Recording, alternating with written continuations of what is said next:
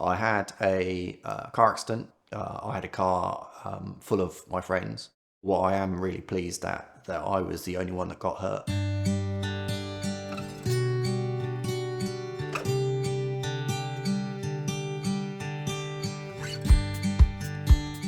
So I've been in a wheelchair all my life. I was born paralysed, and I'm paralysed from the lesions T1 to T4, which means I can't feel or move anything from my chest downwards.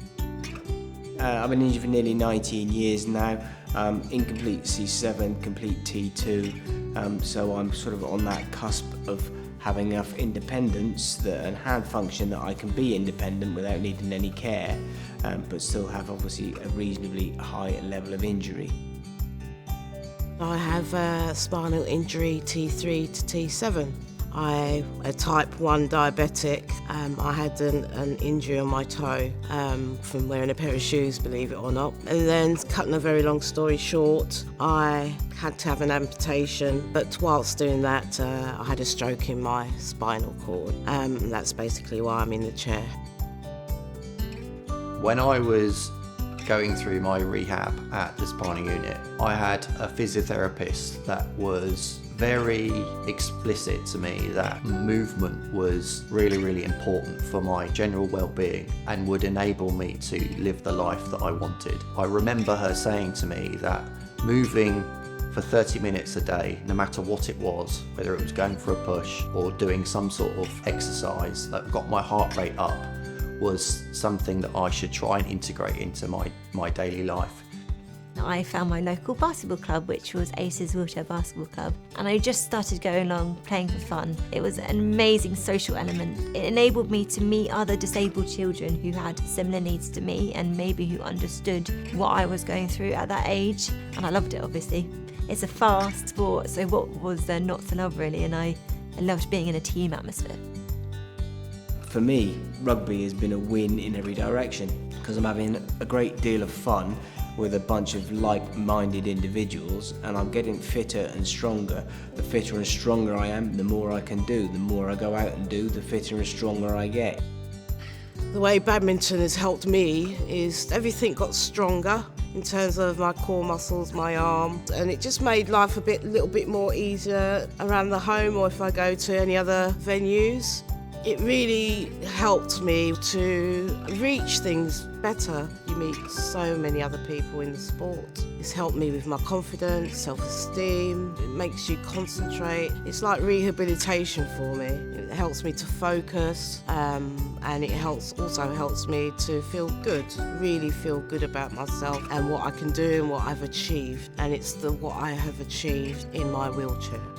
In my experience, the fitter that you are, the easier day-to-day life is. I am a father, which I never thought I'd be. We have a baby. I'm perfectly capable of taking Freya out for the day with me and putting her in the car and getting myself in the car and going out for a day trip. It's, again, something that I didn't ever think I'd be able to do.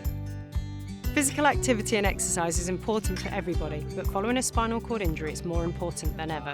There are many benefits to physical activity and exercise. The benefits to your health in terms of preventing future medical problems, but also research shows there are immediate benefits to your health in terms of reduction in pain, improvement in your mental health, and improved sleep. Aside from the health benefits, physical activity and exercise can bring about an improvement in your everyday function. So people get fitter, they get stronger, they may be able to achieve more transfers, they may be able to push farther, they may have more energy to take part with the family or activities that are of interest to them.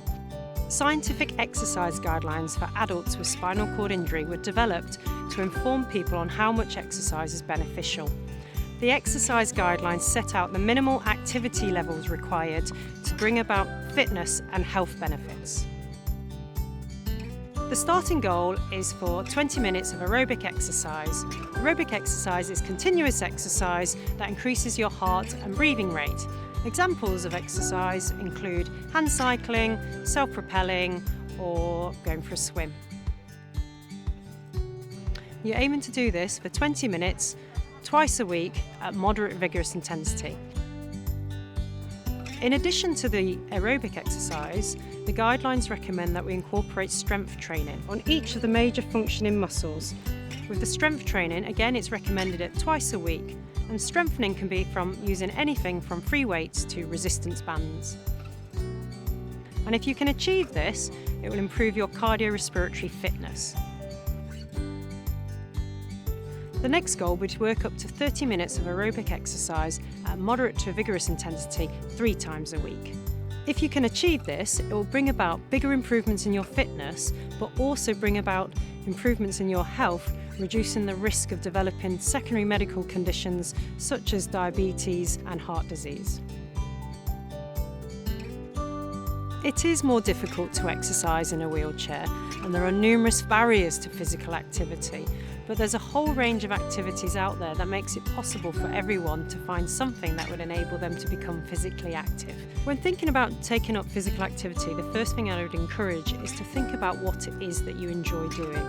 Do you enjoy being outside? Are you someone that enjoys going to the gym? Or do you enjoy being part of a sport? Don't be afraid to try something new, because numerous people that follow in their spinal cord injury have taken up new sports and enjoyed this. The next thing I would encourage is to think about what barriers you do have, what would prevent you from becoming physically active, and what can you do to overcome these barriers. And think about what resources you have available, so what have you got access to?